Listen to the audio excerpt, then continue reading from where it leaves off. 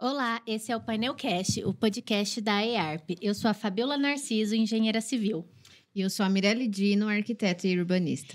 Nesse episódio, recebemos mais uma vez o engenheiro civil e ambiental Luiz Fernando Pereira Diniz. Olá, gente. Obrigado pelo convite novamente. Bem-vindo ao Painelcast. Obrigado. Eu acho que esse episódio é um dos mais importantes e aguardados, falo por mim também, dessa temporada. Por isso, vamos direto ao assunto.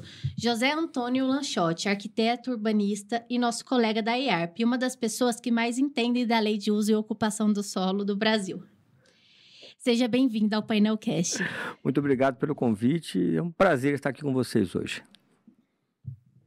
Bom, para mim é uma honra, né, inicialmente estar aqui de frente com o meu professor da faculdade, é muito especial.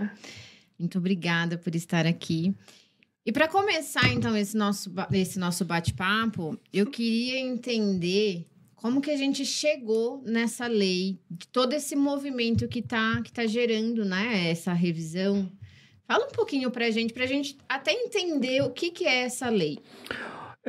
Mirela, assim, falando um pouco, né, desse histórico, Ribeirão Preto, em 1977, aprovou uma lei que falava sobre o parcelamento, sobre o uso e ocupação do solo. E é interessante porque essa lei de Ribeirão Preto, ela é 2 anos antes da lei federal. Então, nós já tínhamos em Ribeirão Preto uma preocupação em zelar pela essa questão de parcelamento bem antes da lei federal, que é a chamada 6766. Bom, essa lei teve muitas modificações, né, mas Ribeirão Preto continuou trabalhando com ela até que em 1985 nós tivemos o primeiro plano diretor de Ribeirão Preto, o que realmente trazia as discussões sociais, econômicas e administrativas para o crescimento da nossa cidade. Esta lei, esse plano diretor de 95, ele fazia o chamamento de 5 leis complementares, e a mais importante delas, porque trataria, né, sobre o desenvolvimento da cidade, era a lei de parcelamento, uso e ocupação do solo. Porém, embora o plano diretor fosse de 95, somente em 2007 nós tivemos a lei de parcelamento. Então, nós passamos um bom período ainda trabalhando com uma lei antiga.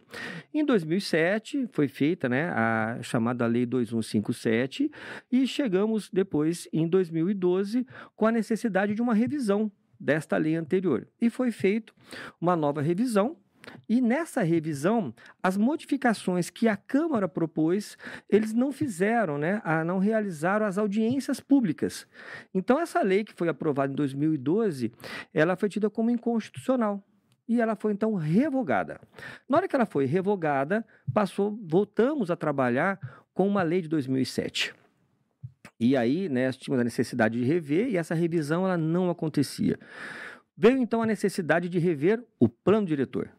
Quando chegamos em 2015, nós já tínhamos, né, um período aí longo, né, do parcelamento do plano diretor, tínhamos que fazer essa revisão, começamos então a rever o plano diretor e em 2 tentativas a revisão do plano diretor não foi aprovada na Câmara. Então nós começamos, né, a nova gestão do prefeito Duarte Nogueira com essa incumbência de revermos o plano diretor, que foi aprovado em 2018, e nessa lei nova de 2018, ela traz assim, um arcabouço muito grande de uma legislação que traria a transformação de toda a estrutura da cidade.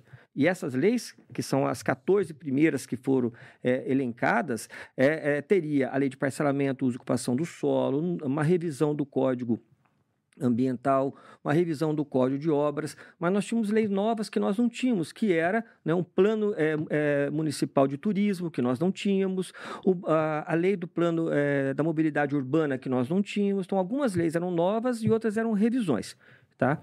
Passada a aprovação da lei do plano diretor, então começamos a rever a nossa lei de parcelamento. E foram 5 anos, né?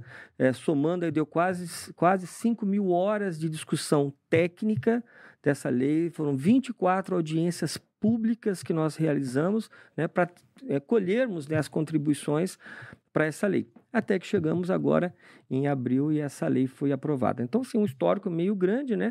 Mas havia necessidade dessa modificação, porque o que nós estávamos usando era de 2007.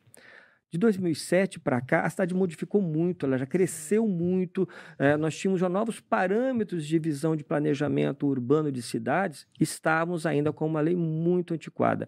Isso impedia novos empreendimentos saírem como a gente gostaria, porque a lei tinha uma visão um pouco atrasada, né? Estamos já quase 20 anos depois e nós precisávamos ter essa modernização. E a gente conseguiu agora, em 2023, finalmente trazer uma lei um pouco mais dinâmica. A ideia era a gente regrar menos para que a própria sociedade trouxesse o seu desejo. Então, nós tiramos da antiga lei regrinhas que eram muito minuciosas, que, na verdade, não traziam benefícios, e deixamos ela um pouco mais ampla, com uma visão muito mais dinâmica para todo mundo que deseja investir na nossa cidade. Olha só que legal. E falando em investimento, Lanchotti, nessa nova lei a gente teve mudanças na outorga, né? Eu sempre travo para falar essa palavra. Isso. Nós trouxemos novamente, porque a lei anterior já mencionava a outorga onerosa, já havia essa previsão, mas ela não tinha um regramento para acontecer. O plano diretor feito em 1995, ele foi revisto em 2003 por uma obrigatoriedade do Estatuto da Cidade, que era incorporar na legislação os instrumentos trazidos, né, pelo Estatuto da Cidade. Ribeirão Preto optou por não rever o plano diretor na época, apenas ele fez uma nova lei incorporando os instrumentos. Então, o instrumento de outorga onerosa, ele está na nossa legislação desde 2003. Uhum. E ele nunca tinha sido aplicado porque ele não tinha sido regrado. Com o plano diretor de 2018, além de trazer novamente esses instrumentos, ele deu prazo para que isso acontecesse. E o prazo era a lei de parcelamento. Ela teria que trazer o regramento de como aplicar a outorga onerosa. Algumas pessoas olham para esse instrumento e analisam ele como um instrumento arrecadador. E não é. Ele não pode ser visto como um instrumento de arrecadação. Ele é um instrumento de planejamento da cidade. Então, o que nós chamamos da outorga onerosa? A outorga é uma troca. É uma troca no formato de dinheiro para o direito de construir. O princípio de que se fala da outorga onerosa, isso vem lá, né, dos princípios, né, trazidos na Inglaterra, que diz no nosso Código Civil que você tem direito à propriedade que você é proprietário. Né? Uma coisa assim meio que óbvia. Então, se você tem um terreno de 1.000 metros quadrados, você pode construir 1.000 metros quadrados. Você não tem mais do que isso para você construir. Tá? Porém, as construções têm muito mais do que isso. Então, você começa a construir isso para cima. Né? E aí, quando você começa a construir para cima, ele traz um outro princípio de urbanismo que é solo criado. Você está criando um solo para poder colocar edificações. Né? Então, nesse princípio, o que o planejamento urbano traz? Tudo bem, eu vou criar o solo, mas você vai ter que pagar por esse solo. Seria como se você comprasse o terreno do seu vizinho. Então, se você tem 1.000 metros quadrados e os recursos te obrigam a só construir 500, por exemplo, você pode então construir 2 pavimentos, porque o 500 de baixo com o 500 de cima dá os 1.000 que você precisa. Ah, mas eu quero construir 10.000 metros quadrados. Mas como você vai construir 10.000 se você não tem um terreno de 10.000? Então, esses 8.000 a mais, você vai comprar da cidade esse direito de construir. Você compra... Por que eu tenho que comprar isso? Porque naquele terreno que foi previsto ter uma edificação de uma família de 5 pessoas, eu vou ter agora 20 unidades de moradia com família de 5 pessoas. Então, eu tenho 100 pessoas que vão usar água, que vão colocar o esgoto, lixo, vão vir de carro, vão usar as praças públicas. Então, eu tenho um número muito maior de pessoas usando aquele espaço que não foi previsto para isso. Então, essa outorga, ela tem que ser revertida em benefícios para aquela região onde o empreendimento vai acontecer, para que a prefeitura possa, né, fazer o investimento naquele local. Então, quando o Estatuto da Cidade trouxe esse instrumento da outorga onerosa, é você dividir o ônus com quem ganha o bônus.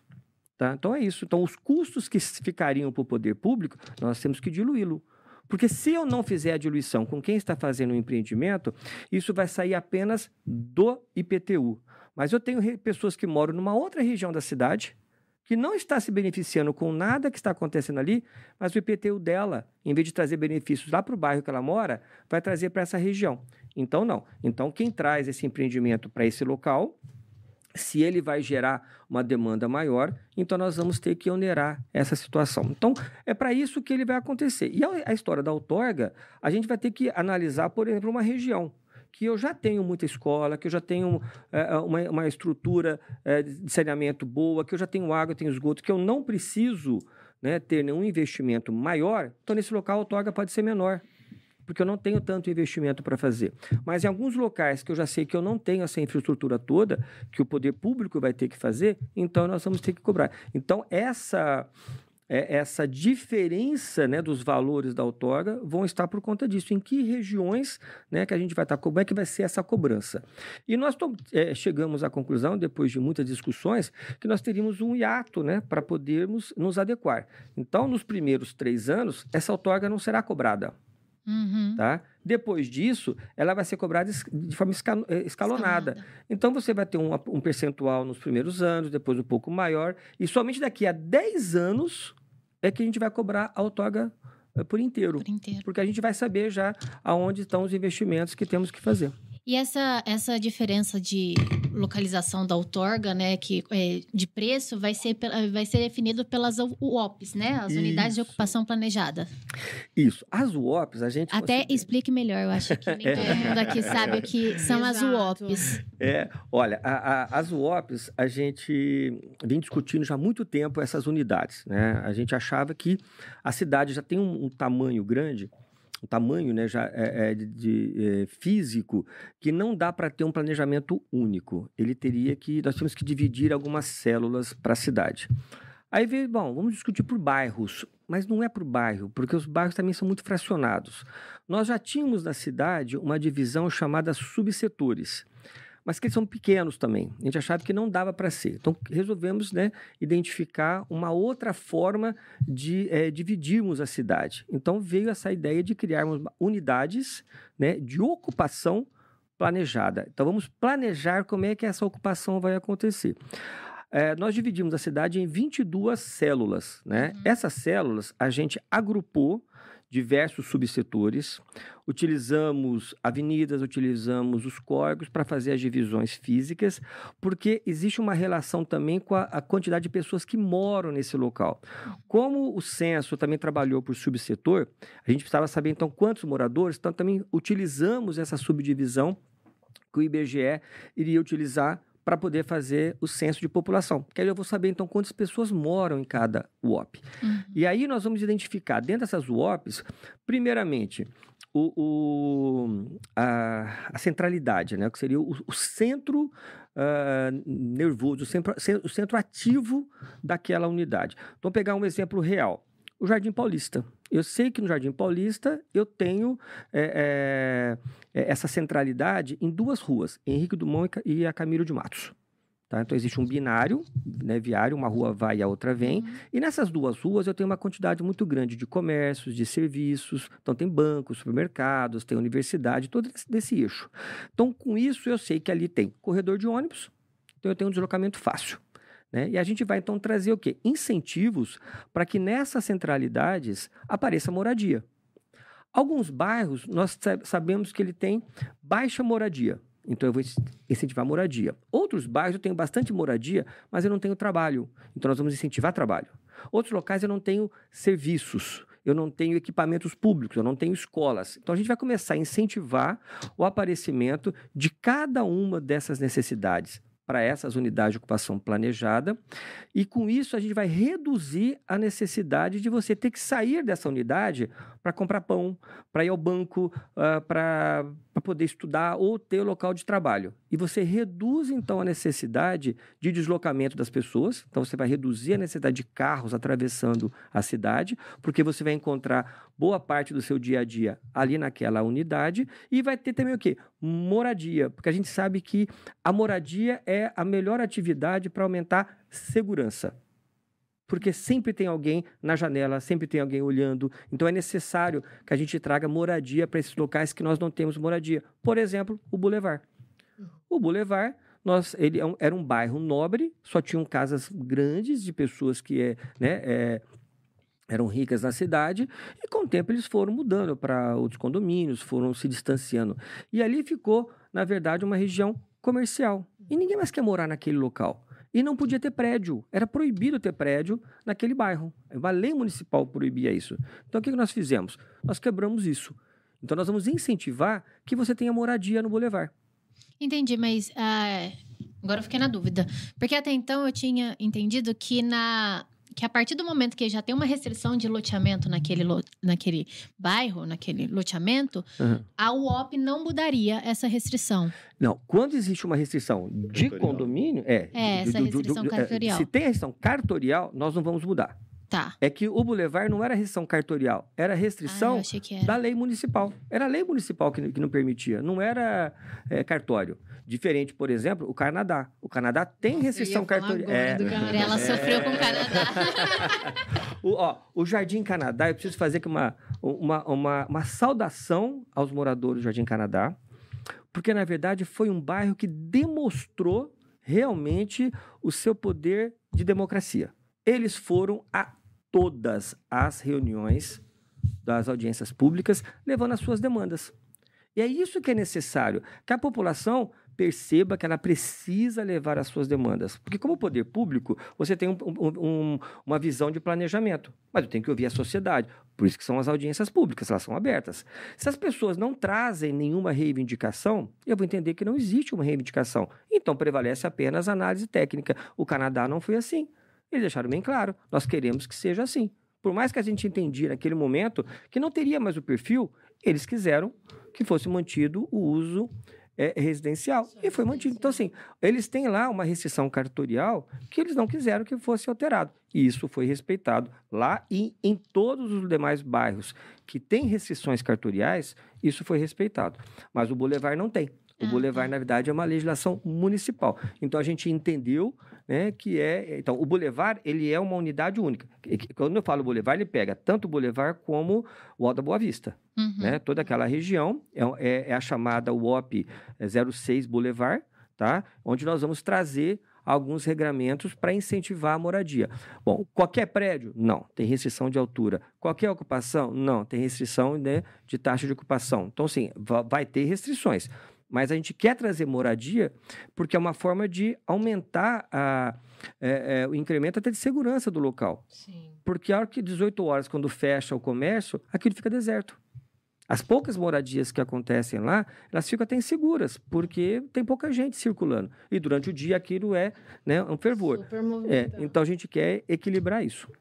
Entendi. A gente também, eu acho que consegue falar muito sobre as questões... Você quer ter uma pergunta? Não foi. A questão do patrimônio público, né? Também temos Patrimônio histórico. Olha, essa foi uma outra discussão que também trouxe muito calor para nossas audiências, né? Você participou de algumas reuniões, não participou, Mi? A cara dela. A Mirella faz parte do Compaq, sabe, né, o que eu estou dizendo, né? Assim, claro, o prefeito deixou bem claro isso. É desejo dele respeitar o patrimônio. Ele deixou muito claro isso nas audiências. Então, assim, é um desejo político que o patrimônio seja respeitado, tá? E a gente vai trabalhar, né, nesse sentido. O que a gente precisa desmistificar é que não é porque ele é tombado que ele não pode sofrer alterações. E as alterações que eu digo são dos usos. Então, assim, é tombada uma edificação porque ela tem uma linha arquitetônica que deve ser respeitada. Ótimo, então eu não vou mexer na sua estrutura arquitetônica, eu não mexo na sua fachada, mas, de repente, o que tem internamente, ele pode ser alterado. Ele foi construído para ser uma residência, mas ele pode ser um restaurante, né? Nós temos aí aquele restaurante, ali me fugiu agora, na Álvares Cabral, que virou um restaurante. Ali perto do Coque? Isso. Aquela casa maravilhosa. Então, aquela casa, ela esteve para ser demolida, para ser um posto de gasolina. E isso há muito tempo, porque eu já fui também do conselho, eu lembro disso, né? Na década de 90, havia uma intenção de ser um posto de gasolina. E os herdeiros, todos queriam vender apenas uma das herdeiras... Palacete, isso, Palacete. Apenas uma das herdeiras que morava fora do país que não queria que ele fosse vendido. E houve uma discussão muito grande, foi, até que ele foi comprado, né?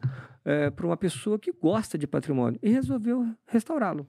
Então, teve ação da universidade, que fez o levantamento, um trabalho muito legal do pessoal que restaurou, e ele conseguiu botar aquilo, né, para funcionar e manter as características. Então, aquilo era uma residência, virou um restaurante, sem nenhum problema. Então, eu posso alterar o uso, né? Nós temos outras situações... Isso é muito mais atrativo, né? Até mesmo para as pessoas usufruírem desse espaço, entender a história de quando que é essa construção.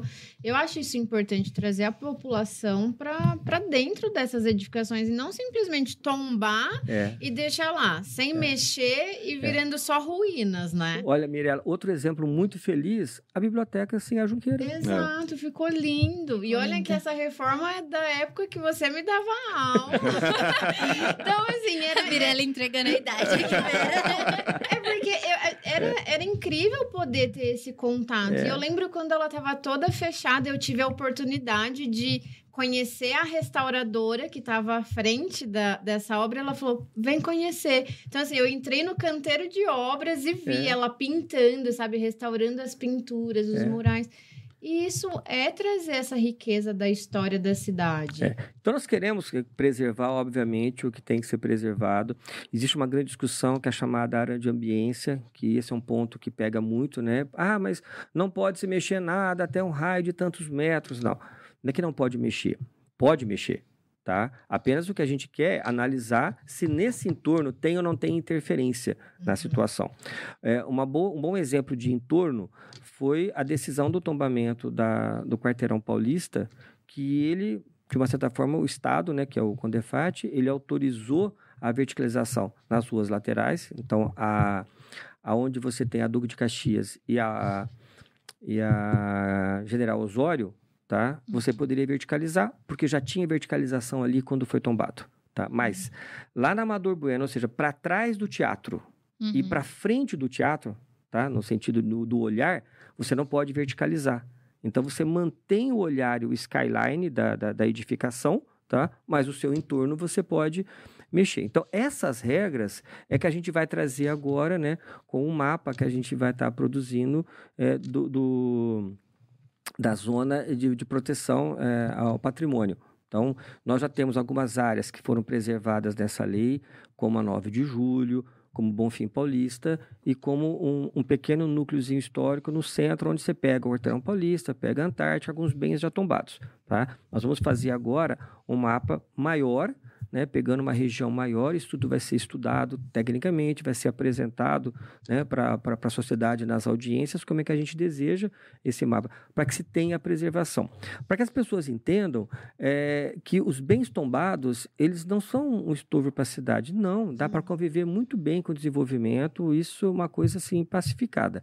E o que é interessante, que a gente também trouxe nesta lei, o proprietário do imóvel tombado, ele sempre se sentiu lesado, porque ele era dono do imóvel e ele não podia fazer nada com aquele imóvel. Né? E aí, de novo, o exemplo da outorga, a gente conseguiu fazer nessa lei a chamada transferência do potencial construtivo.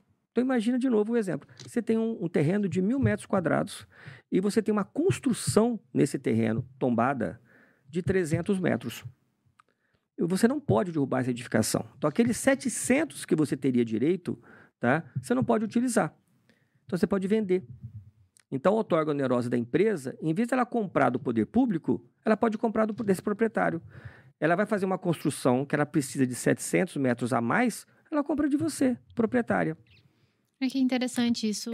Isso deixa a pessoa sem se sentir lesada, né? Porque muita gente fala, nossa, eu não quero de jeito nenhum tombar meu imóvel, porque eu não vou poder fazer nada. Outra coisa que a gente tem, né? Tem um conjunto de benefícios já colocado na lei que você vai ter se você for do bem tombado. Então, você não paga IPTU.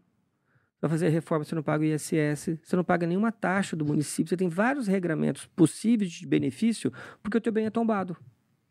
Legal, né? Tá? Isso está colocado nessa lei. Tá? E vai poder também ter o potencial de transferência para áreas ambientais.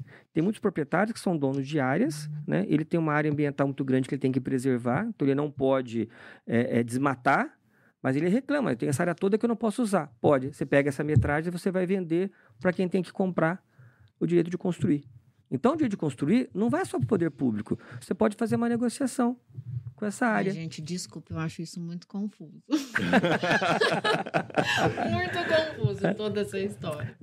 Não, mas não é confuso, porque olha, obviamente vai estar gravado isso na sua matrícula, mas se você tem esse terreno de 1.000 metros quadrados, a tua construção só tem 300, você teria o direito de construir mais 700, mas você não pode porque é tombado.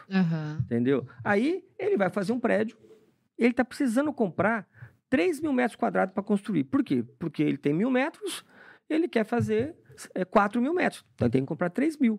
Ele compra 700 de você, tá? Ele vai pagar para você o valor, ele paga para você. E você vai lavrar na tua matrícula que você vendeu esse direito, tá? E ele pagou para você. Então, ele negocia direto com você qual é o valor que ele tem que cobrar. Então, assim, você se beneficia porque você vende uma área que você não pode utilizar, tá, entendeu? E ele que pode comprar, negociar com você, aí é negociação de venda, entendeu? Aí ela tem uma área ambiental de 2.000 metros quadrados que ela não pode desmatar. Mas é dela, mas ela não pode desmatar. Tá bom, ela pega essa área, essa metragem quadrada de 2.000, ela vende para ele também. E aí então ela vai ficar feliz porque ela está preservando, mas ela ganhou dinheiro para preservar isso. E as isenções dos impostos depende se você está mantendo o teu imóvel. Então, se o seu imóvel mantém as características, tá? Você vai ter esses benefícios, tá? Então, seria a mesma coisa que você pagar um imposto para a prefeitura e ela ir lá cuidar do teu imóvel. Não, você cuida do seu imóvel, você mantém ele com características adequadas, entendeu? E a prefeitura te isenta de todos esses impostos, essas taxas municipais. É uma forma de incentivar e valorizar o imóvel. Por que a gente trouxe isso? A decisão do tombamento, quando ela é trazida para o imóvel, eu estou dizendo para o proprietário que o imóvel dele interessa para toda a sociedade. Então, ou seja, você é dono do imóvel, você não pode mexer. Por quê? Porque toda a cidade deseja ter esse imóvel como preservado. Ótimo. Então, essa cidade, essa sociedade, tem que dar algo em troca para ela. E como é que se recebe algo em troca? Através das taxas e dos impostos municipais. É uma forma de barganha. Que aula, né, Mirella? Tá sendo... Tô me sentindo na faculdade. Mas é interessante a gente observar, porque às vezes as pessoas que não conhecem a questão da outorga falam, então é só pagar que eu posso construir quantos pavimentos eu quiser. Não necessariamente, gente. A gente também tem que observar a questão do Comar, que não pode. O Comar, ele define uma altura específica, porque pode passar o avião ali, dar interferência, dar acidente e tudo mais. Então, não só a prefeitura, ela vai liderar essa parte de pavimentação, de quantos pavimentos. Também tem outros órgãos que seguram a gente para não fazer aquele prédio gigantesco. Mas então, Lanchotti, falando em prédio, também tem a questão da fachada ativa, da fruição. Isso. Para mim era quase a mesma coisa. Você falou que tem diferença. Você pode explicar para a gente um pouco? Já explica certinho o que lá. seria uma fachada aqui, ativa. Vamos lá. A fachada ativa é um princípio que a gente andou estudando. Isso também vem dos modelos europeus, mas em São Paulo já se utiliza isso há muito tempo, tá? Posso só contar uma coisa? Você falou do modelo europeu, né? Então já tem, acho que um background aí, né? De onde veio.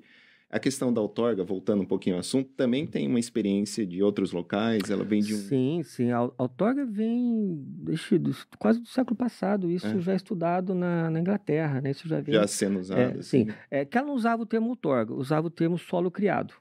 Né? Você está criando o solo, isso já era comercializado. O plano diretor de São Paulo de 1990 já trazia isso para algumas regiões de São Paulo. É uma coisa experimentada. Já. Muitos municípios já utilizam isso. Quem utiliza muito bem, faz muito bom uso dessa outorga onerosa é Balneário Camboriú. Todos aqueles edifícios que são altíssimos lá em Balneário Camboriú. Fazem sombra na praia. Isso. Todos eles pagam outorga onerosa. Então, em 2011, 11, 12, acho que eu fui a Balneário Camboriú, fui ter uma reunião com o secretário de planejamento na época, porque houve um estudo aqui em Ribeirão Preto que queriam colocar um teleférico unindo os parques. Já viram isso? Não. Tinha um projeto.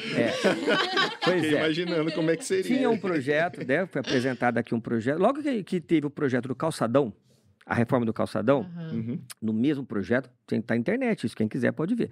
Tem um projeto complementar, que estava só no estudo preliminar, que ele unia o Parque Raia, o Parque Jabali, ele viria por toda a 9 de julho, iria descer na Santa Luzia, passar no Maurílio Biagi, e ali no Maurílio Biagi ele bifurcava, indo para a USP e indo para o Tom Jobim. Tá? Bom, era um teleférico. E por que isso foi feito? Porque naquela época o Ministério das Cidades tinha implantado um teleférico na favela do Alemão, né? E havia um interesse que outras cidades fizessem teleféricos para que empresas se interessassem em produzir um teleférico. Balneário Camboriú fez um teleférico, tá? Porque eles têm uma praia muito gostosa que fica do outro lado do morro, que para ir de carro você tem que andar acho que 17 quilômetros. Uhum. Então eles resolveram fazer o quê? Um teleférico, sobe no morro e desce na praia direto. Tá? Então eu fui lá conhecer esse teleférico para ver se isso seria viável aqui em Ribeirão Preto. Entendeu? Um trambolho. Desculpe, né, quem está me ouvindo, né? Mas é uma situação assim, a estrutura para aquilo ficar de pé, a estrutura metálica para segurar o teleférico, ela não dava para utilizar aqui. Imagina aquilo, eu fiquei imaginando aqui na 9 de julho inteiro, né? Nossa. Seria assim, doideira. Eu já tinha visto um teleférico lá em Lisboa, quando teve a Expo Lisboa, eles fizeram um teleférico, ele é todo sutil, delicado, não era isso que ia ser feito aqui. Então, obviamente, isso foi descartado, não foi para frente, ninguém defendeu e o assunto morreu. Mas o projeto existe, tá? Então, quem quiser ver, tá aí na... Procurar depois Tá esse. na internet. Tá procurando no Google, hein? Com certeza. Eu vou dar uma pausa agora no episódio para dar um recado bem importante. Você sabia que a IARP tem 2 grupos temáticos? O IARP Jovem e o IARP Mulher. Nesses grupos, a gente reúne para conversar sobre temas próprios de mulheres e jovens profissionais. Você que ainda não é associado, participe. Se associe à IARP, participe dos grupos. Com esse grupo, a gente consegue trazer mais assuntos como esse, a gente consegue trazer discussões para a IARP, a gente consegue trazer temas importantes, a gente consegue trazer cursos, porque a gente descobre o que os jovens, o que as mulheres, o que os profissionais estão procurando, né? Então, faça parte, entre para a IARP e entre para nossos grupos. Agora, voltando, né? Eu interrompi, né? A fachada ativa. Desculpa. Deixa eu dar uma respirada aqui, que eu fico sempre nervosa na hora de dar esses recados. Gente. Mas olha, você falou da IARP, eu tenho falado isso para os meus alunos, a importância que existe dos profissionais de estarem realmente ligados a uma entidade municipal. Tá? A gente sempre está associado, né? O pessoal usa, mas eu já pertenço ao CAL, já pertenço ao CREA. Gente, são coisas diferentes. Uhum. O CREA e o CAL são autarquias públicas. A IARP não. Ela é uma associação, tá? E isso é muito importante, porque se a gente deseja que algo fique melhor, tanto na nossa área profissional, como na cidade que a gente mora, eu tenho que participar. A gente precisa se envolver, né? E a IARP já... de longa data, né? Acho que desde que nasceu, ela já teve essa preocupação em trazer essas contribuições. E ela foi muito importante para a gente, desde o plano diretor de 95, que eu já estava aqui na prefeitura, né? E em todos os momentos, a participação sempre foi assim. Muitas vezes as reuniões são lá dentro. Sim. E hoje a gente está vendo, inclusive, as discussões da região metropolitana acontecem dentro da IARP. Por quê? Porque ela está expandida também para a discussão regional. Então, é legal fazer essa chamada, né? Porque realmente, né, já fui diretor, sou associado e acho que é importante os profissionais estarem, assim, antenados, né? Que é um conjunto, né? É. Ali você tá conversando, engenheiro, civil, agrônomo, arquiteto... Todas as áreas, tem contato com as grandes lideranças também, né? Você aprende, você lida com desde o mais novo, que acabou de entrar, acabou de formar, até as pessoas que já sei lá, vou chutar, uns 75 anos de formado. Assim, tô brincando, mas tem gente lá que tá formada há muito tempo, que dá uns conselhos ótimos. Isso é bom. E Essa vale a troca, pena. essa renovação é muito importante. Sim. Mas voltando à sua pergunta. fachada Isso, ativa então vamos e lá. a fruição, pelo amor de Então Deus, eu vamos quero lá. entender essa diferença. Ó, a fachada ativa. Então, esse conceito que a gente trouxe foi também voltado para uma questão de segurança. É fazer com que as pessoas que utilizam a calçada, elas estejam muito próximas do serviço que acontece dentro das lojas, tá? Vou pegar um exemplo do que acontece, né, num centro comercial bem sucedido, o shopping center, tá? Você pode ver que no shopping center você tem as lojas e você tem vários quiosques que são colocados no centro da circulação, que te obriga a fazer o quê? Andar perto da loja. Esse conceito nós levamos para a última reforma do calçadão. Se vocês repararem, antigamente o mobiliário ficava perto da edificação e você circulava no centro do calçadão. O que nós fizemos agora? Nós trouxemos para o centro a proposta do mobiliário, os bancos e as árvores, que te obriga a andar na frente das lojas. Porque é um centro de compras, então você tem que circular perto das lojas. A fachada ativa é fazer isso, fazer com que a fachada da sua edificação ela fique no alinhamento da calçada para ser um centro comercial.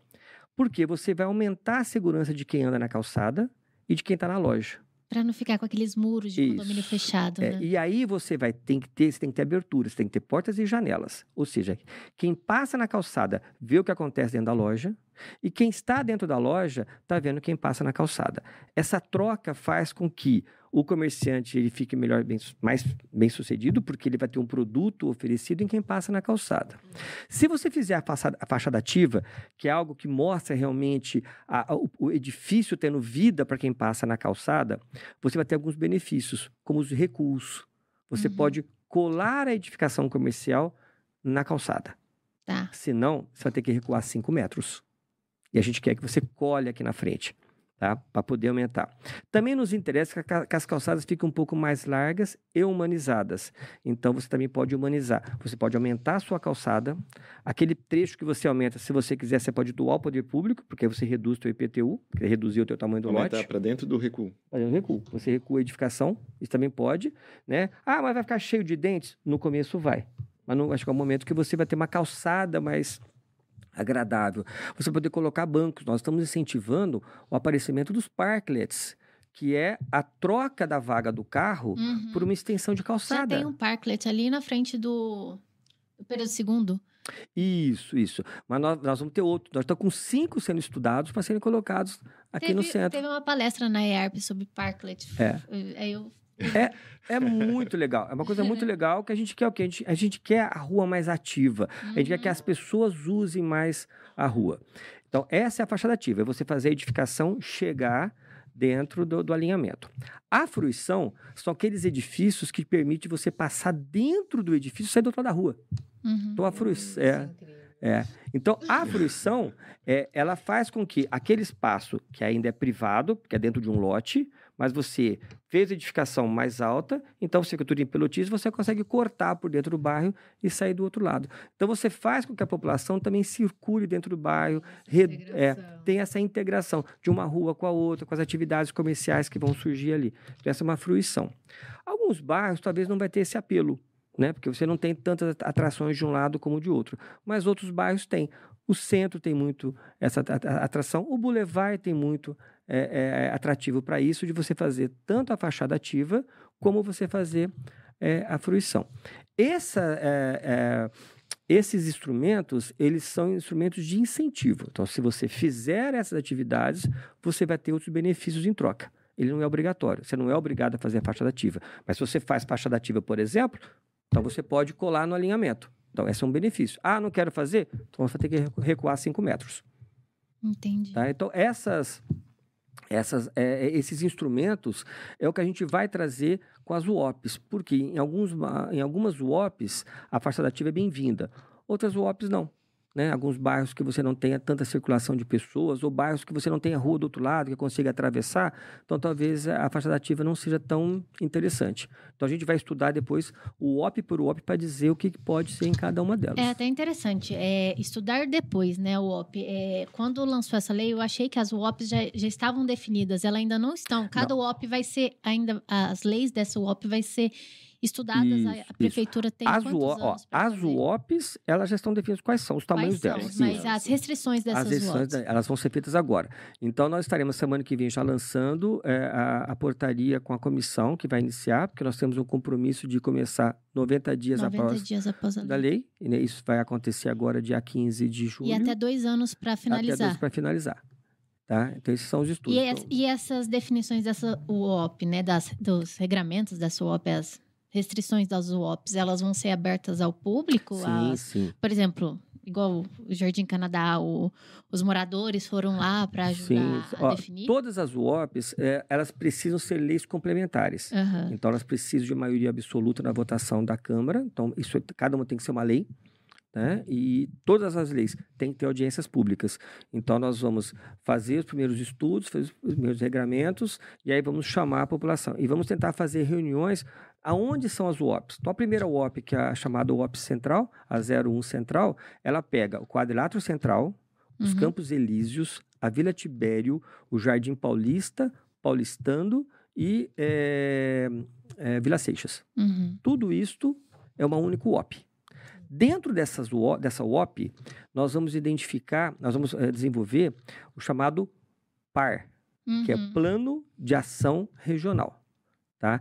Então, esse plano, a gente pode chegar à conclusão de que na UOP Central eu tenho um plano para o Quadrilátero, um plano para a Vila Tibério, por exemplo. 2 planos para os Campos Elíseos, um plano para o Paulista e Paulistano juntos e um separado para a Vila Seixas. Então, cada UOP pode ter mais de um par. Pode ter mais de um par. Entendi. Tá? O Boulevard é único, pode ser que tenha um par só.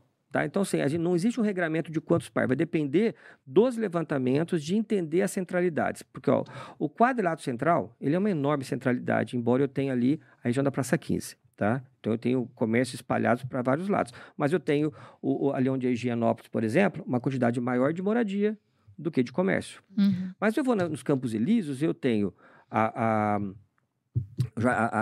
Saudade, ela tem um potencial. Aqui do Junqueira tem outro potencial, entendeu? Aí eu tenho o Limite da Independência e eu tenho a Costa e Silva, tá? Então, nós vamos estudar ainda se vai ter 1, 2 ou 3 centralidades naqueles bairros, porque o bairro é muito grande, ele tem características muito diferentes, né? Eu tenho uma região que é muito industrial, eu tenho uma região que é mais antiga, né? Mas tudo aquilo é Campos Elíseos. Então, a gente vai ter que estudar caso a caso. Entendi. E também vamos ter agora diferenças, né? Baseado na lei passada, no coeficiente de aproveitamento, né? O coeficiente de aproveitamento, tecnicamente, eu até preferia que ele tivesse sido um pouco diferente. Ele acabou ficando, regrando o máximo 5 para toda a cidade. Não houve uma diferenciação, tá?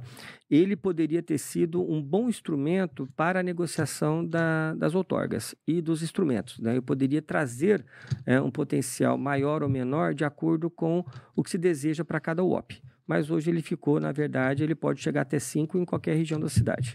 Entendi. Uma coisa que é interessante, lá na IARP tivemos, quando o Luiz falou, a gente usou até Balneário Camboriú como exemplo de algumas coisas que aconteceram, mas eu acredito que o Lanchotte talvez estava presente. Uma palestra de um funcionário de Curitiba. Isso, estava lá. Falando sobre como funcionava as outorgas de Curitiba. E lá eu senti que era bem maleável, porque, por exemplo, a cidade quer investir nesse local. Então, nesse local, eles direcionavam, aumentava, diminuía IPTU, aumentava, diminuía o valor das outorgas, e isso era móvel. Não, aqui... não está tendo mais investimento que já atingiu. Vamos focar naquela. Então, aqui eles voltavam, tipo, o IPTU não sei se é o que está ocorrendo, foi o que ele disse na palestra. Aqui eles voltavam o IPTU para X, em vez de tipo, metade. E aqui, que eles queriam mais investimento, eles desciam para incentivar a empresa a querer investir naquele local. E eu achei interessante esse plano de ser móvel, né? De ter essas mudanças. E com essas UOPs não tem, né? Vai ser fixo. A partir do momento que foi definido... Não, porque eu posso fazer também esse regramento com os pais. Ah! Sim, Curitiba... Viu? Valeu a pena a palestra! Opa, Curitiba... eu conheço o pessoal de lá, né? Eu não lembro o nome do profissional que veio. Daqui a pouco eu me lembro do nome dele. A gente conversou, né, muito sobre isso. Eu tenho muita amizade com a irmã dele, que também é arquiteta, que foi quem nos recepcionou na visita na Alemanha. Ela mora na Alemanha. Né, esse grupo que eu estava comentando, que a gente faz as viagens, né, ela que nos recepcionou lá em Berlim. Mas assim, a gente utilizou alguns conceitos, tem alguns que ainda não vou divulgar, mas que a gente já pegou que a gente vai tentar, né, trazer para a discussão das UOPs, que a gente acha que é muito interessante, que vai sem incentivo, tá? Mas deixa a gente... No próximo podcast eu te conto. É super interessante isso, né? Porque às vezes tem os vazios urbanos e essa diferenciação, às vezes, incentiva a empresa a ocupar aquele vazio e não ficar com aquele terreno ali juntando lixo. Olha, Fabíola, a gente tem estudado o que acontece em outros municípios, né? Isso acontece com qualquer pessoa que trabalha com planejamento, você vai lendo o que acontece em outras cidades, você traz... as coisas positivas, algumas coisas que são positivas, você aprende com aquilo que não deu certo em alguns locais, e muitas propostas que a gente busca até fora do Brasil, a gente faz a chamada tropicalização, ou seja, você faz uma adequação para a nossa realidade. Mas são estudos que a gente viu ali fora. A questão da ciclovia, né? Eu já tinha ido para Amsterdã, já tinha visto o potencial de lá, mas o de Copenhague foi mais interessante porque ele foi planejado. Tá? E não foi uma mudança, né? Eles demoraram 40 anos para conseguirem trazer. 40 anos é uma geração. Então, tem muitas coisas que você apresenta hoje nessa visão nova do planejamento urbano, nessa visão de novas cidades que a gente falou, como Smart City, que a gente estava falando agora há pouco, que algumas pessoas são mais resistentes. Mas como? Mas isso nunca vai dar certo. Claro que vai dar. Tá? Agora, não é uma mudança que amanhã começa a ser assim. Por isso que alguns instrumentos a gente trouxe, né, ao longo do tempo. A outorga onerosa, mas é 10 anos, gente, não faz mal. Ele é um conceito que a gente vai trabalhar, o valor é baixo, então todos os parâmetros que foram colocados é um valor baixo de investimento, não é nada absurdo, mas é um conceito que a gente vai começar a criar dentro da dinâmica, que ao longo do tempo isso vai estar assimilado, como foi vários, né? A gente já aumentou recuo, já reduziu o recuo, a gente já liberou gabarito, a gente abaixou gabarito. Isso depende muito, né, de uma visão de planejamento que a gente quer trazer para a cidade. E essa visão da legislação é uma visão contemporânea de você olhar para a cidade, para que o poder público ele não tenha tantas regras, né? Deixa que os arquitetos, os engenheiros pensem nesses projetos. A gente tem que dar abertura para surgir coisas novas, né? A gente teve uma grande discussão sobre o número de vagas, por exemplo, né, de estacionamento. Nós tínhamos no passado uma obrigatoriedade de ter 4, 5 vagas, uma vaga para cada... Havia uma quantidade enorme. Mas como que você vai exigir o número de vagas se nós estamos fazendo um grande investimento em mobilidade urbana? Né? O Ribeirão Mobilidade está incentivando você a não ter carro. Então não faz sentido eu obrigar que você tenha vaga. Hoje temos a não obrigatoriedade de vagas, né? A gente consegue entregar alguns apartamentos sem vagas. Em compensação, agora temos a vaga de visitante, que antes também não era obrigatória. E agora passou a ser, dependendo da quantidade de unidades. Então, tivemos essa mudança, é uma mudança boa, né? Porque está incentivando realmente a mobilidade. Então, vai ter que trabalhar junto com também uma lei nova de mobilidade, Isso. que não existe ainda, ou já existe? Não, já existe. Ela foi aprovada a semana retrasada, a lei já está valendo, né? E ela vai ter agora... Preciso ler. Ficou muito fantástico, Mais olha. Conteúdo. Ai, meu Deus, é um olha, conteúdo próximo trazer, podcast. Isso, traga a Ellen para falar falar que é uma pessoa fantástica para ir empolgada com a legislação. Dani, a anota. Diretora, isso. E antes da gente começar aqui a gravação, a gente estava até discutindo sobre cidades inteligentes, de tudo isso que a cidade vem trabalhando, né? Uhum. Setores que vão ampliando a cidade. Fala um pouco pra gente sobre cidade cognitiva, né? Que você trouxe, ficou todo mundo aqui só Eu fiquei na dúvida o que era, confesso. Olha, esse conceito de Smart City já vem sendo trabalhado há muito tempo. E ele chegou na nossa lei já nos 47 do segundo tempo, né? Que veio essa proposta, né, dos conceitos da cidade inteligente. Bom, primeiro a gente teve uma grande preocupação com os objetivos da ONU, os 17 objetivos dos ODS da ONU. A gente teve essa discussão, acabou de ter um congresso lá em Copenhague sobre o papel do arquiteto na implantação dos objetivos da ONU, que é para 2030, ou seja, temos 7 anos para trabalhar. As UOPs vai pegar nessa questão, tá? Dos objetivos da ONU. O plano de mobilidade já menciona diversos desses instrumentos e o plano de saneamento que eu estou coordenando agora também está pegando nesses conceitos, né, das ODS. Essa política. Acho que essa é uma situação que merece já alguns podcasts, porque são assuntos diversos que daria para trazer aqui para a discussão de vocês, que é muito importante, porque há uma relação com o arquiteto, com o engenheiro, com o agrônomo. Então, você conseguiria trazer os profissionais da IARP nessa discussão dos ODS. Eu acho que a gente trouxe um podcast, Dani, me corrija, Ribeirão 2030, como que era? Pode ser, o 2030 Eu também acho tem que a isso, gente trouxe alguma coisa sobre essa questão do plano que a gente tem que atingir até 2030. Isso. Já temos um podcast, sim, se eu não me engano. E a gente... Menos 3 graus? Com a Mayra Mushi. Ah, tá, legal. Mas aí ela deve ter pego só nos ODS ambientais. Sim, ela trouxe mais para ambiental mesmo. Bom, voltando à questão da cognitiva. É um dos itens que a gente tem trazido incentivos, e por enquanto está como incentivos, né? Que é chamado Smart Cities, cidades inteligentes. Fazer com que a própria cidade, a sociedade que vive nessa cidade, ela produza algo mais ágil de funcionamento em todos os setores. Então, temos um de segurança, tá? Por exemplo, né? Que a gente vai incentivar, né, toda uma rede de câmeras espalhadas em pontos da cidade, que isso é feito com a iniciativa privada dos edifícios, das moradias, mas que isso seja interligado num sistema de monitoramento da cidade. Tá? Então, a gente estava colocando sobre as ilhas, né?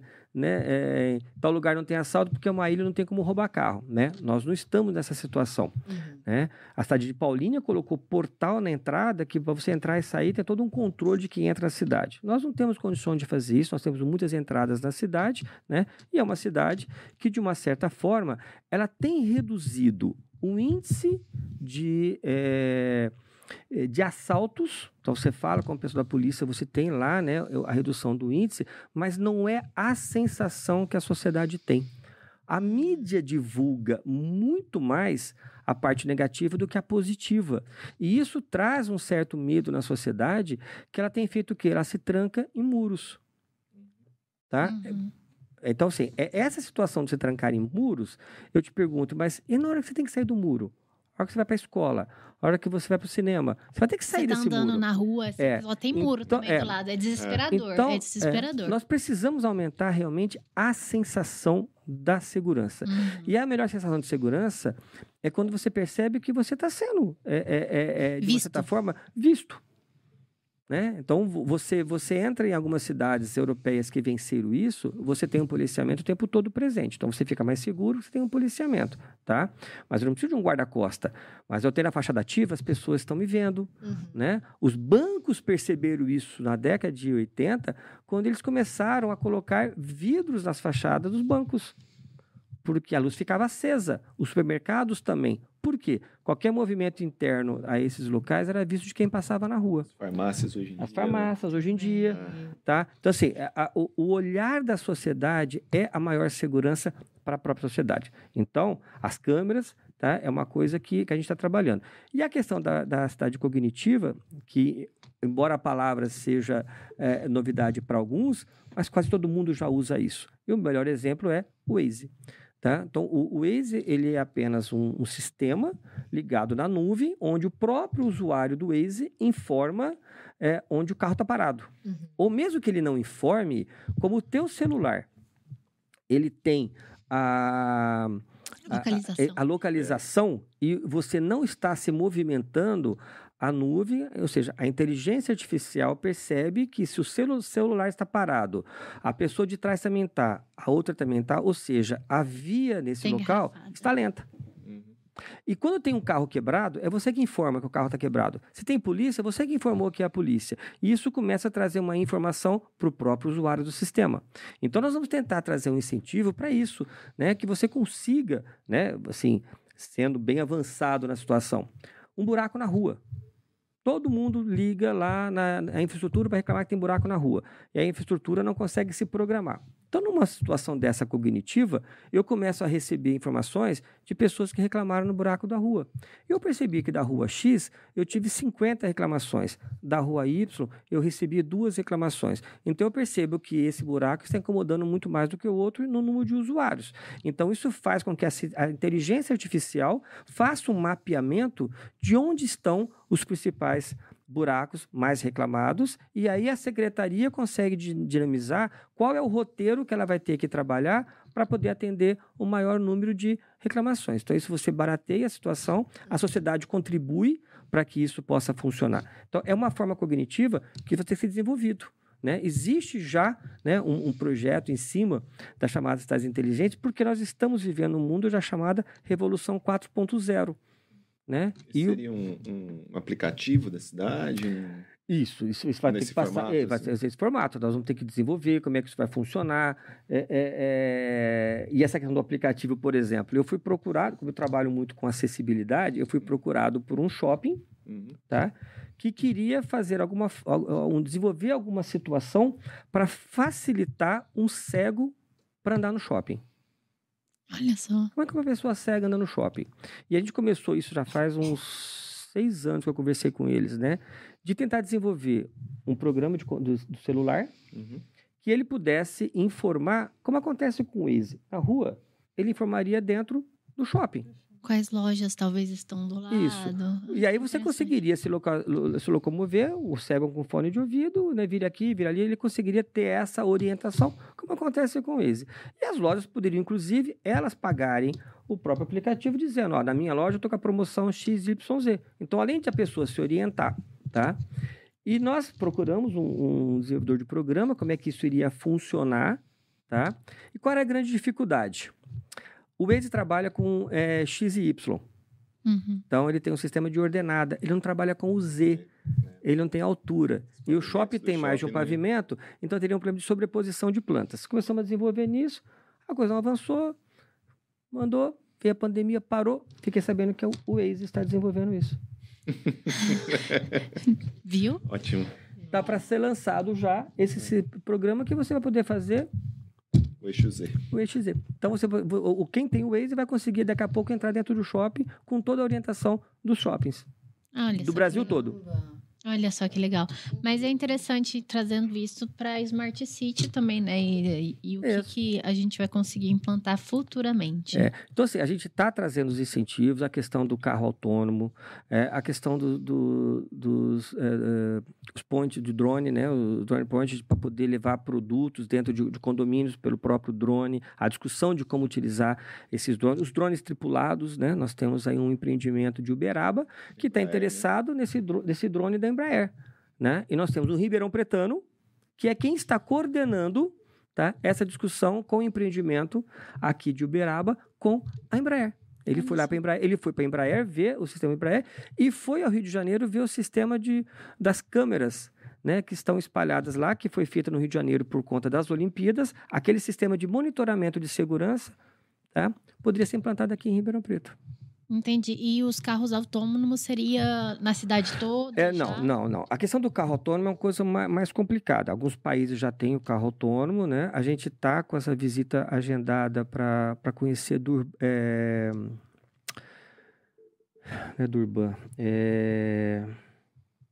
esqueci, uma cidade na Emirados Árabes, tá? Que a cidade toda tem as placas fotovoltaicas dos prédios, então os prédios são autônomos, eles têm a captação de água lá e eles trabalham já com carros autônomos. Só que no carros que eles têm lá em alguns condomínios, são carros que flutuam, porque eles têm com magnetismo, não usam pneus, né?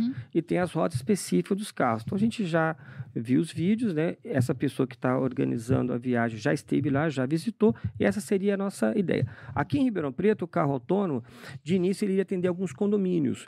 Então você tem uma programação, por exemplo, você pediu um produto onde o rapaz da moto veio trazer no seu condomínio, a gente sabe que fica aquelas filas enormes para entrar no condomínio, principalmente fim de semana. É uma questão de segurança, porque entra um motoboy, tem que se cadastrar, cada hora é um motorista que está indo, é toda essa dificuldade de entrar nos condomínios. Então, como é que seria? Você leva o produto por ter colocado dentro de um carrinho, que é autônomo, você digita o número da residência, como ele é georreferenciado, né? Então ele sabe andar nas ruas, por conta do próprio sistema do Waze, né? E ele vai até a sua casa, levando o seu produto, e você digita o seu código para poder tirar o produto lá, né? Nós já temos situações dos Correios fazem isso, né? Aqueles grandes containers que você recebe o produto, em vez de levar na sua casa, coloca um produto ali, digita uma senha, você recebe a senha no teu celular e você pega isso. No aeroporto já tem isso, a gente já tinha visto Mercado isso. Livre tem. Mercado Livre tem. A gente tinha visto isso já em Berlim, acho isso fantástico, esse sistema, já tem isso no Brasil. Então seria possível fazer isso com esse carro autônomo. Ele também pode... A Mirella mora lá na última rua do condomínio. Esse carro autônomo, esses que são tripulados, não tem motorista, mas tem local para sentar, ele busca a Mirella e traz ela no carrinho autônomo até a portaria, para ela pegar lá o Uber dela. Então, essas situações, elas já são previstas. Esse empreendimento de Uberaba, ele está criando uma via específica para o carro autônomo. Então, além da via de passar carro, tem as bicicletas, tem as calçadas e tem uma via que para atender os veículos. Então, isso depende do quê? De ter essa proposta e o planejamento urbano prever isso na hora que você faz o empreendimento. Então, essas novidades, elas foram trazidas apenas como incentivos, não estão detalhadas, a gente não tem ainda, né, um regramento específico para cada um dos instrumentos, mas a gente quis colocar isso na legislação para incentivar que os empreendedores, né, tragam também as suas propostas dentro desse conceito que se quer de uma cidade mais contemporânea, né, mais dinâmica para o futuro. Muito interessante, Lanchotti. Temos que caminhar para o final, já temos 1 hora de podcast. Vou passar. Se deixar, a gente vai... Mas vai embora. Para sempre. Vocês têm mais alguma pergunta para finalizar? Só pra, lá, a polêmica. A gente sempre tem a última polêmica. E é mais aberto, assim, acho que talvez não seja tão específico contra da lei, assim, mas qual que é a Ribeirão imaginada a partir dessa lei? Para onde que ela está olhando, né, num futuro aí? 20, 30 anos, do que se pensa mais ou menos de ocupação, de uma cidade que vai usar menos carro, de fato? Olha, sim, a gente tem trabalhado essa visão de cidade que a gente quer chegar. É difícil dizer qual seria o modelo. A gente precisa de uma cidade que a população goste da cidade, que ela se sinta bem na cidade, né? E como nós temos uma diversidade de pessoas morando, os bairros são totalmente diferentes, de repente o morador do bairro X, ele tem um desejo diferente do morador do bairro Y. Então, se eu trago apenas um modelo, eu não vou conseguir agradar as duas pessoas. Por isso a história das UOPs. Nós precisamos estudar cada uma das regiões e entender os desejos de cada uma para trazer essas demandas, né, que são diferenciadas. O que a gente trouxe de diferente, que isso é uma visão de futuro, é que a lei ela não pode engessar, entendeu, novos empreendimentos com visões dinâmicas. E a gente tentou fazer isso. Deixar isso muito mais aberto. Porque a gente trouxe, por exemplo, apenas as ideias do Smart City. Mas o empreendedor, ele consegue avançar mais. Mas ele tem que ter essa abertura de poder avançar, ele tem que ter essa abertura de trazer novidades. E não é só apenas novidades para a população de alta renda. Não. Tem muitas novidades que a população de todas as rendas, porque há, né, mercado para todas as rendas. Então, é uma situação que não é o poder público que vai travar. A gente quer que o empreendedor tenha total liberdade, né, para que ele veja o que é viável, porque ele vai fazer, obviamente, a conta do investimento, ele tem um valor para investir, tem um valor para retornar, tá? E ele tem que fazer essa conta com o potencial do seu comprador. Então, esse mercado tem que ficar livre. O poder público, ele vai trazer incentivos para as áreas sociais, para aquela população que não tem condições de fazer, né, o seu investimento social. Então, é papel do poder público atender essas demandas. Mas a gente tem que deixar também livre para que a cidade cresça, né? E ela vai crescer, porque é uma cidade que tem um potencial muito grande, muito grande. Tá? Mas logo estamos chegando no limite. A cidade já está chegando já nas beiradas. Lanchotti, muito obrigada pela sua presença. Te espero em outro podcast, que esse assunto rende, assim, mais uns 3 podcasts. Eu acho que até mais. Daí pra frente. Olha, nós tocamos, acho que só em 3 pontos da lei, para você ter uma ideia. Meu Deus do céu. A lei tem 300 São 85, acho, páginas, gente. É muita coisa pra gente falar num podcast só. Mas muito obrigada. Seja... que venha mais vezes, né? Eu sempre agradeço muito essa abertura que a prefeitura dá, às vezes, para a gente, quando a gente pede para trazer um assunto importante aqui. Quando teve essa lei, eu falei, Dani, tá todo mundo com dúvida, tem que trazer o Lanchotti, tem que trazer alguém para falar sobre, para a gente entender cada vez mais e trazer essa comunicação para os nossos profissionais. Muito obrigada. Olha, eu queria agradecer essa oportunidade, né, em nome do meu secretário, Daniel Gobi, sempre nos dá esse apoio de tentar desmistificar a lei, de trazer essa lei de uma forma, embora uma lei complexa e grande, a gente tenta trazer essa lei mais às claras, esclarecer. Quantas vezes forem convidados, a gente virá detalhar. Se houver temas específicos, vamos falar só do assunto X, a gente vem trabalhar. Mas eu queria deixar aqui um convite, né, para a IARP, para todos os técnicos que estão aí nos assistindo, que nós vamos iniciar agora a discussão das unidades de ocupação planejada. Tá? E isso tem um envolvimento muito grande com você que é engenheiro civil, você que é arquiteto e urbanista, você que é agrônomo e todos os demais profissionais que estão ligados à IARP, de estarem participar das nossas audiências públicas, trazer as suas contribuições técnicas para que a gente construa, né, essas unidades de forma a atender realmente a demanda. Então, fica aí um convite. E a próxima lei, que é a lei de saneamento, que eu estou coordenando, também tem um envolvimento muito grande aí com os técnicos da IARP. Muito obrigada. Bom, também gostaria de agradecer essa presença tão especial. Obrigada, Lanchotti. Obrigada. E foi um prazer enorme estar aqui com vocês hoje, falando um pouco sobre essas leis tão complexas para mim, que me deu um nó na cabeça, confesso, mas foi maravilhoso. Então, esse é o Painelcast, o podcast da IARP. Você pode nos ouvir no Spotify e YouTube. E só ouvir nos todos os outros trocadores, como Apple Podcast, Deezer, Amazon Music. Os links estão no @iarp e no @painelcast. Aproveite para nos avaliar, acionar o sininho, seguir e favoritar, dependendo de onde você nos vê e nos ouve. Os episódios têm sempre temas de interesse dos profissionais de engenharia, arquitetura, agronomia e geociência. Siga a gente nas redes sociais, no @painelcast, no @iarp e compartilhe os episódios. Conta com a gente se você ouviu, se você nos viu, e deixe seu comentário, traga temas que a gente adora. A gente sempre tem no Instagram, às vezes as pessoas comentam lá, falam, ai, por que você não traz esse tema? A gente pesquisa, vê se é importante e traz pra gente. Tá bom? Muito obrigada, pessoal. Até mais.